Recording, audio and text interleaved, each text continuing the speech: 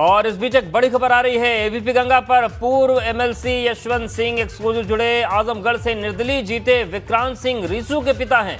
Vidhan Parishad result आने के बाद यशवंत सिंह के बागी बोल सामने आए। उन्होंने कहा कि मैं अब भाजपा में नहीं हूं, मैं चंद्रशेखरवादी हूं। राजा भैया से कल यशवंत सिंह ने मुलाकात की थी तो बगावत हुई और उनके बेटे ने जीत दर्ज की और अब वो बयान सामने आ गया है उनका। एबीपी गंगा से जुड़े हैं और उन्होंने कई अहम बातें कही हैं।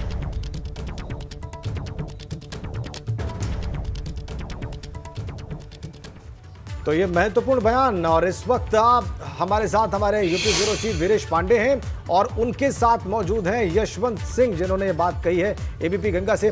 वीरेश, इस विषय पर आप उनसे और बातचीत करें ताकि हमारे दर्शक ये पूरा प्रकरण और यशवंत सिंह की बात को समझ सकें। देखिए, कोई समाजवादी होगा, कोई लोहियावादी होगा, कोई नरेंद्रवादी होगा, कोई जयप्रकाशवादी होगा, कोई अटलवादी होगा, कोई दीनदयालवादी होगा, लेकिन हमारे साथ चंद्रशेखरवादी खड़े हैं यशवंत सिंह, यानी भारतीय जनता पार्टी से निष्कासित एमएलए एमएलसी और लगभग 25 साल अपनी जिंदगी के किसी न किसी सदन में ये बिता ही चुके हैं, अभी भी बिता रहे हैं, 24 में खत्म होगा और निष्कासित हैं, लेकिन बहुत ही बेबाक बोल। और रीशू यानी विक्रांत सिंह, जो जीत हुई है आजमगढ़ में, गढ़ में समाजवादियों की, वहां पर निर्दलीय प्रत्याशी इनके बेटे बगावत किया उन्होंने। बगावत के बावजूद किसी को भरोसा नहीं था वो सीट जीतेंगे रीशू, लेकिन जीत लिए। यशवंत सिंह हमारे साथ हैं। बताइए, ये बताइए, बगावत किया आपने भाजपा से और ये सीट आपने सबको हरा के, भाजपा को हरा के जीत लिया, और भाजपा वाले कह रहे हैं कि भाई भाजपा के तो सारे लोग आपके बेटे के साथ थे। भाजपा से हमने तो कोई बगावत किया नहीं। निर्दलीय उम्मीदवार के रूप में श्री विक्रांत सिंह भी रीशू जो चुनाव लड़ रहे थे, वो निर्दल चुनाव लड़ रहे थे।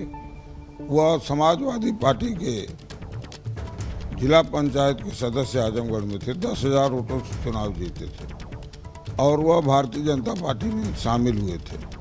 पिछला चुनाव जिला पंचायत का हुआ, उसमें वो प्रयास कर रहे थे, लेकिन उनका टिकट कट गया केवल इस नाम पर कि वो मेरे बेटे थे, तो वो वापस भी हो गए।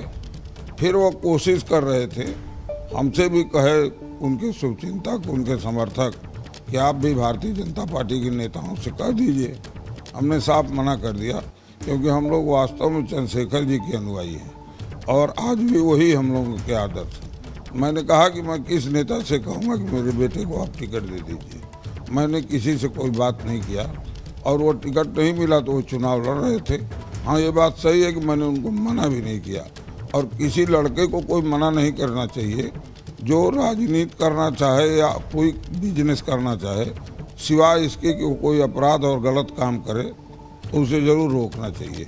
इसी आधार पर मैंने मना भी नहीं किया और वह चुनाव लड़ रहे थे। वहाँ का घटनाक्रम कुछ अलग था। आजमगढ़ और मऊ की जनता और वहाँ की जनप्रतिनिधि इस बार इस चुनाव को सम्मान और स्वाभिमान के निगाह से देख रहे थे, और वहाँ की जो विजय हुई विक्रांत सिंह रीशू की, वह वहाँ के जनप्रतिनिधियों के, वहाँ की जनता के सम्मान और स्वाभिमान की विजय। तो सम्मान और स्वाभिमान किस बात का भाई, किस बात का स्वाभिमान? वहाँ पर तो सपा भी लड़ रही थी, भाजपा भी लड़ रही थी, किसके सम्मान को ठेस? देखिए, सम्मान को ठेस इसलिए पहुंचने का मामला वहाँ बनता था कि जिस व्यक्ति को भारतीय जनता पार्टी ने टिकट दिया था वह समाजवादी पार्टी के विधायक का पुत्र था और वह समाजवादी पार्टी में काम किया था। वहाँ का जो उम्मीदवार था भारतीय जनता पार्टी का, प्रदेश अध्यक्ष का पैर पकड़ करके कह रहा था कि आप किसी को टिकट दीजिए, इसको मत दीजिए, ये हमारे चुनाव में हमारा विरोध किया है, इसे टिकट नहीं मिलना चाहिए। और दूसरी तरफ जो समाजवादी पार्टी के उम्मीदवार थे, उससे हमारे ज़िले के कुछ लोग बैठे हुए हैं, इनसे पूछिएगा, सारे लोग नाराज़ थे क्योंकि वो निर्वाचित होने के बाद कभी इन लोगों से संपर्क नहीं किया। आपने टिकट के लिए किसी भारतीय जनता पार्टी के नेता से? अब आप भारतीय जनता पार्टी का कार्यालय भी देख रहे हैं और मेरे चबूतरे को भी देख रहे हैं। 100 मीटर की दूरी कम है। आपका जो चबूतरा है वो तो चंद्रशेखर चबूतरे के नाम से? चंद्रशेखर चबूतरा है, लेकिन दूरी 100 मीटर से कम है।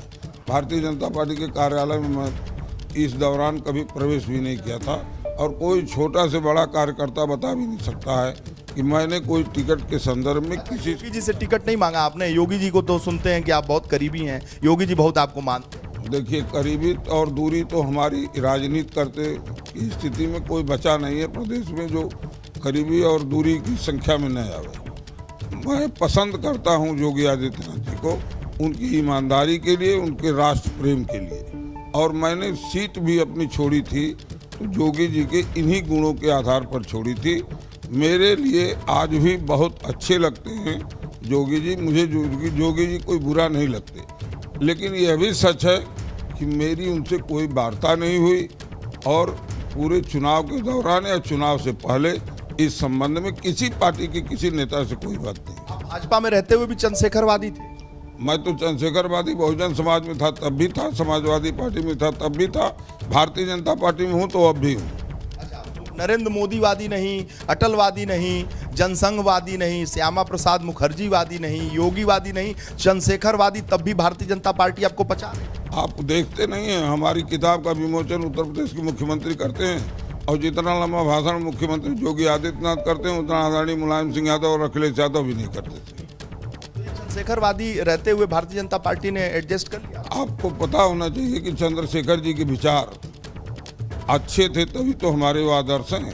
वह देश के सामने कोई समझौता नहीं करते थे, जेल जाना पसंद किए थे लेकिन सत्ता में रहना पसंद नहीं किए थे। और जहाँ देश का सवाल है, देश में मोदी और योगी कोई बुरे नहीं है, अन्य लोगों से बेहतर।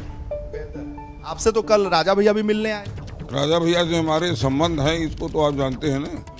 संबंध हमारे कभी खराब नहीं हुए, हमारे संबंध है, हम भी उनसे मिलते हैं, वो भी हमसे मिलते हैं। राजा भैया के बहुत सारे पोस्टर लगे हुए हैं। अब ऐसा नहीं है कि हमारे और वीरेश तिवारी के संबंध कल रहे हों और आज हम उसको खराब करते हैं। खराब तो दोनों तरफ से होता है। मेरा जिससे जो संबंध रहा है वो संबंध कायम है। आप भाजपा से निकाले गए हैं तो आप जाएंगे जनसत्ता दल में? देखिए, मीडिया ने निकाला है और फेसबुक ने निकाला है। मुझे आज तक कोई पत्र नहीं मिला है, मुझे आज तक कोई सूचित नहीं किया है। जब कोई सूचित करेगा और मुझे बताएगा तो मैं मान लूँगा कि मुझे कोई निकाला है या नहीं निकाला है। अभी तो मैं ये जानता हूँ कि मैं निष्कासित नहीं हूँ। राजा भैया भी बड़ी पार्टी चला रहे हैं, उनकी पार्टी तो बसपा और कांग्रेस से बड़ी पार्टी हो गई है, तो ऐसे में उन्होंने कल कहा कि अब आ जाइए हमारे। इस तरह की बात हमारे उनके बीच नहीं होती है। क्या करने आए थे? बधाई देने? मैं आपसे कह रहा हूँ ना कि मैं भी उनसे मिलता हूँ, वो भी मुझसे मिलते हैं। इसके कोई राजनीतिक मायने तो होंगे? नहीं, ऐसी कोई राजनीतिक माने इस तरह की मुलाकात का नहीं होता है। राजनीति में मैं भी उनका शुभेच्छु, वो भी मेरे शुभेच्छु। योगी जी से बात हुई आपकी जब कि आप चाहते हैं कि भाजपा फिर आपका निष्कासन वापस? नहीं, हम तो आपका सवाल जो है मैं उसको आपसे पूछता हूँ, ये निष्कासन आप ही बता पाएंगे कि है कि नहीं है। जब आप मैं MLC हूँ ना भारतीय जनता पार्टी का, कम से कम मुझे पत्र तो मिलेगा, किसी छोटे कार्यकर्ता से बड़े कार्यकर्ता से संदेश तो मिलेगा, वो आज तक नहीं मिला है। तो आप जब अपने बेटे के लिए प्रचार किए कि नहीं वहाँ? देखिए, MLC का चुनाव थोड़ा जनता के चुनाव से भिन्न होता है। पर्चा दाखिला उनका हुआ, मैं वहाँ नहीं था। और इस चुनाव में मंच लग के भाषण केवल समाजवादी पार्टी करती है, संभवतः भारतीय जनता पार्टी भी करती है कि नहीं करती है, ये हम देखे नहीं। आपको लगता है कि आपके बेटे को टिकट दिया जाना चाहिए? नहीं, मैं इस मामले में कुछ नहीं कहता हूँ, लेकिन जिसको टिकट दिया गया था वो उसको उस जिले के लोगों ने अच्छा नहीं। वीरेश, आखिरी सवाल, अगला कदम आपका क्या? अभी तो मेरा कोई कदम ही नहीं है। मैं निष्कासित हो जाऊं तो मैं अगले कदम का आपसे करूं।